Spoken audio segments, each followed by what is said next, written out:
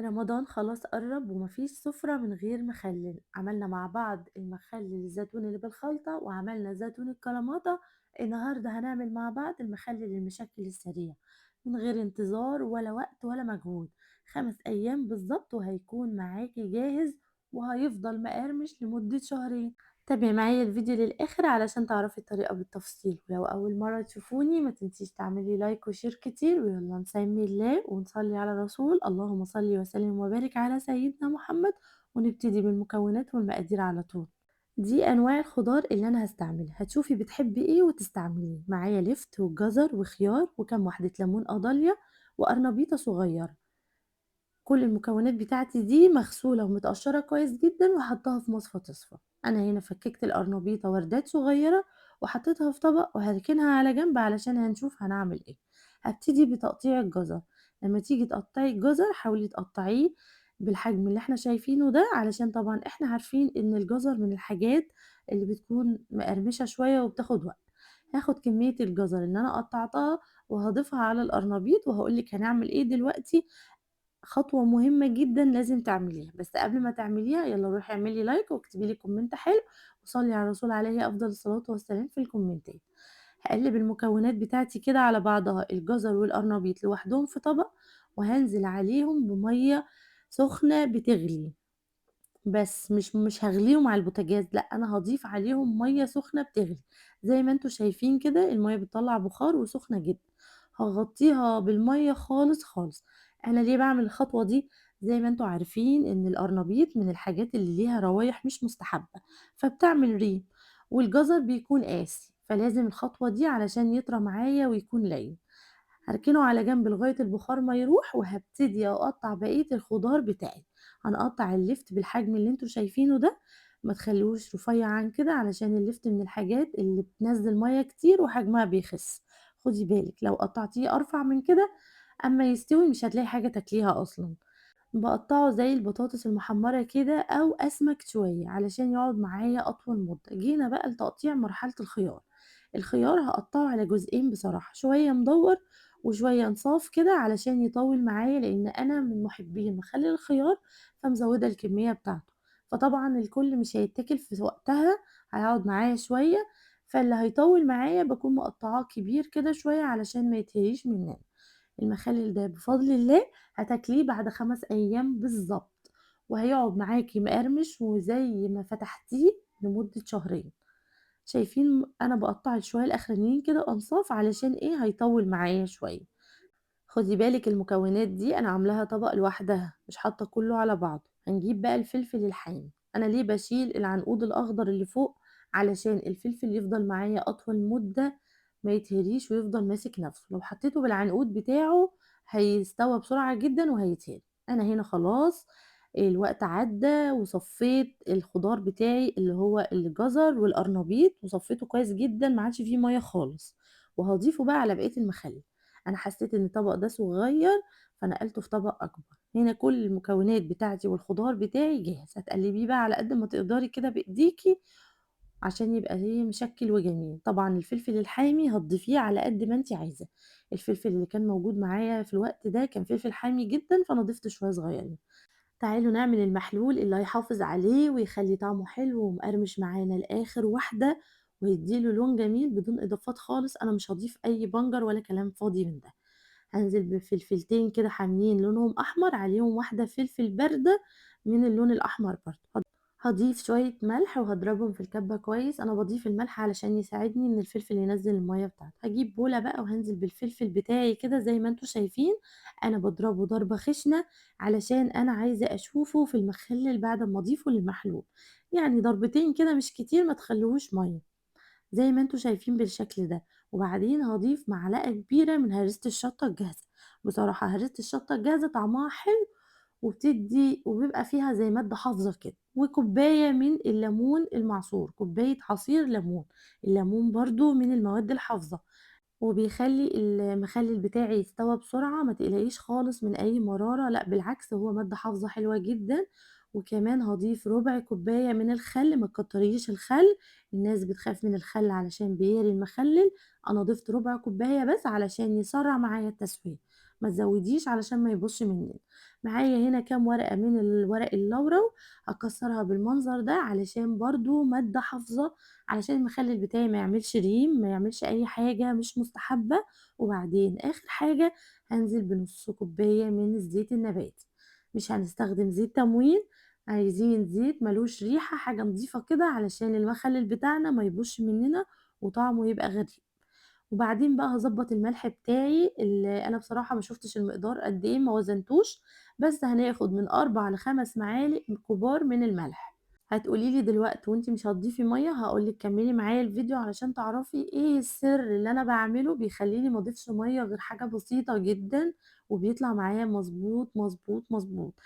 كده أصلًا إحنا هنضيف مَيّة، بس هاقول لِك هنضيف قد إيه. هاضيف معلقة كبيرة من السكر علشان يحافظ على القرمشة بتاع المخلل بتاعي. هادوّب بقى الملح وكل الحاجات بتاعتي دي، هادوّبها كويس جدًا. وبعدين آخر حاجة هاضيف كوبايتين 2 من المَيّة المغلية المتبردة. خدي بالِك لازم المَيّة تكون مغلية قبل كده ومتبردة علشان حوار التعقيم والحاجات دي. هادوّبه كويس خالص، خالص، خالص، وهنشوف هنعمل إيه في الخطوة اللي بعد كده. تعالي بقى أقول لِك هنعمل إيه وإيه السر، بس يالّا روحي اكتبي لي كومنت حلو زيي. أنا معايا ليمونتين كده من ليمون القضاليا، هاقطّعهم على المكونات بتاعتي دي. يعني الليمون برضه مادة حافظة كويسة جدًا، وبيكون موجود في المخلل المشكّل، وبيدّي طعم حلو، ووجوده من الحاجات اللي بتحافظ أصلًا عن المخلل إنه ما يحصلوش حاجة. والله عندِك استعملي، مش عندِك استغني عنه، ما فيش مشكلة خالص. زي ما قُلت لِك شوفي بتحبي إيه واعمليه من الخضار. أنا هنا باقطّعه حتت كبيرة كده زي بتاع المحلات علشان يكون شكله زي بتاع المحلات، علشان أنا باتحدى أكبر المحلات وأكبر معامل التخليل بالطريقة بتاعتي دي. وبعدين معايا ربع كيلو من الزيتون الأخضر الجاهز، ده أنا جايباه جاهز عادي خالص، هاضيفه علشان بيدّي له طعم حلو، لمّا بيشرب مَيّة التخليل مع بعضه بيدّي طعم حلو أوي. تعالوا نشوف بقى الخلطة اللي إحنا عملناها.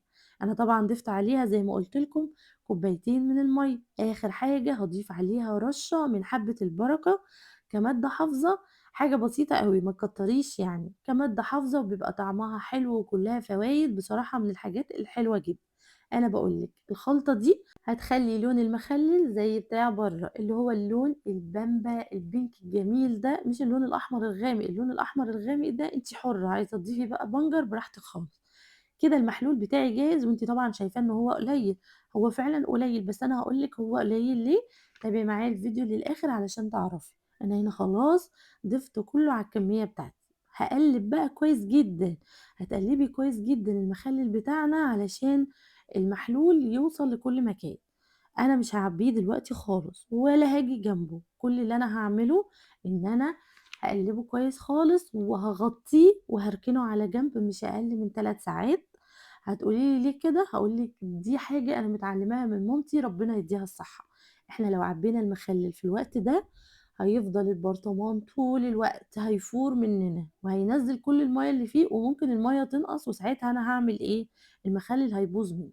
فالأفضل إن أنا هاغطّيه زي ما أنتم شايفين بالشكل ده لمدة 3، 4 ساعات لغاية ما يطرى معايا ويهدى كده ويهبط. شايفين حجم المخلل نزل إزاي؟ كان الأول الطبق مليان جدًا مخلل والمَيّة كانت قليلة، دلوقتي شايفين ما شاء الله مستوى المَيّة ومستوى المحلول بتاعنا وصل لحد فين، والمخلل هدا خالص وطرى مننا خالص.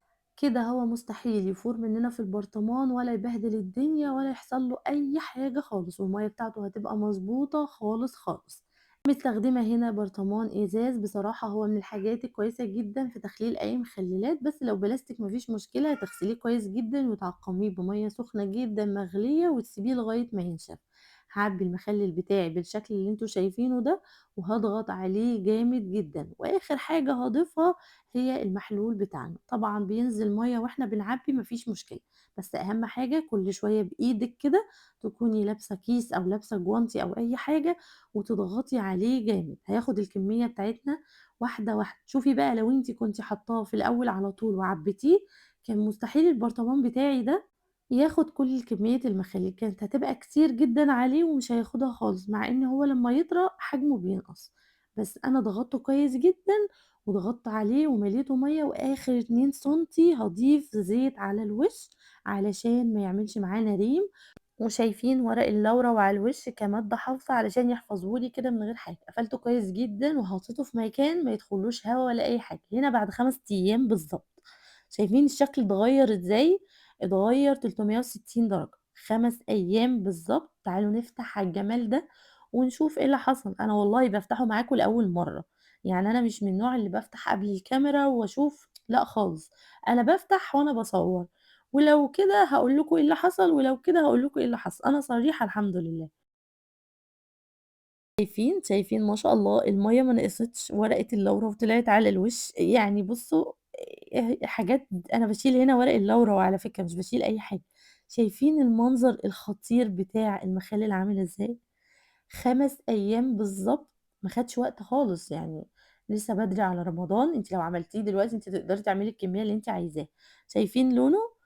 شايفين ده نفس اللون بتاع المحلات بتاعة برّه، اللون البامبا الخفيف مش اللون الأحمر اللي متضاف عليه بنجر أو ألوان صناعية، لأ، هو ده نفس اللون بتاع المحلات بالضبط. شايفين ما شاء الله، مش قادرة أقول لكم على القرمشة. كل قطعة من المخلل كانت مقرمشة، يعني مش قادرة أقول لِك والله لحد البرطمان ما خلص فضل محتفظ بكل القرمشة بتاعته والطعم الجميل، وملحه مضبوط جدًا. وطبعًا يعني حاجة موفّرة جدًا في البيت، أنتِ لمّا تروحي تشتري الخضار وتعمليه في البيت هيوفّر معاكِ كتير، كتير، كتير. عايزة أقول لِك برضه لمّا تيجي تطلّعي مخلل، يا تطلّعيه بمعلقة يا تكوني لابسة gloves في إيدِك، علشان لو إيدِك مبلولة، إيدِك مكشوفة، هيعمل ريم وهيبوظ. ولو عايزة تحافظي عليه لأطول مدة، هتفضّيه بقى من البرطمان وتعبّيه في علب وتحطّيه في التلاجة، هيفضل معاكِ مدة طويلة جدًا فوق الشهرين كمان، هيبقى زي الفل. إحنا كده خلّصنا فيديو النهارده، يا رب الفيديو يكون عجبكم. هاستنى رأيكم في الكومنتات، وما تنسوش تعملوا لايك وشير. أشوفكم على خير مع فيديو جديد ووصفة جديدة. مع السلامة.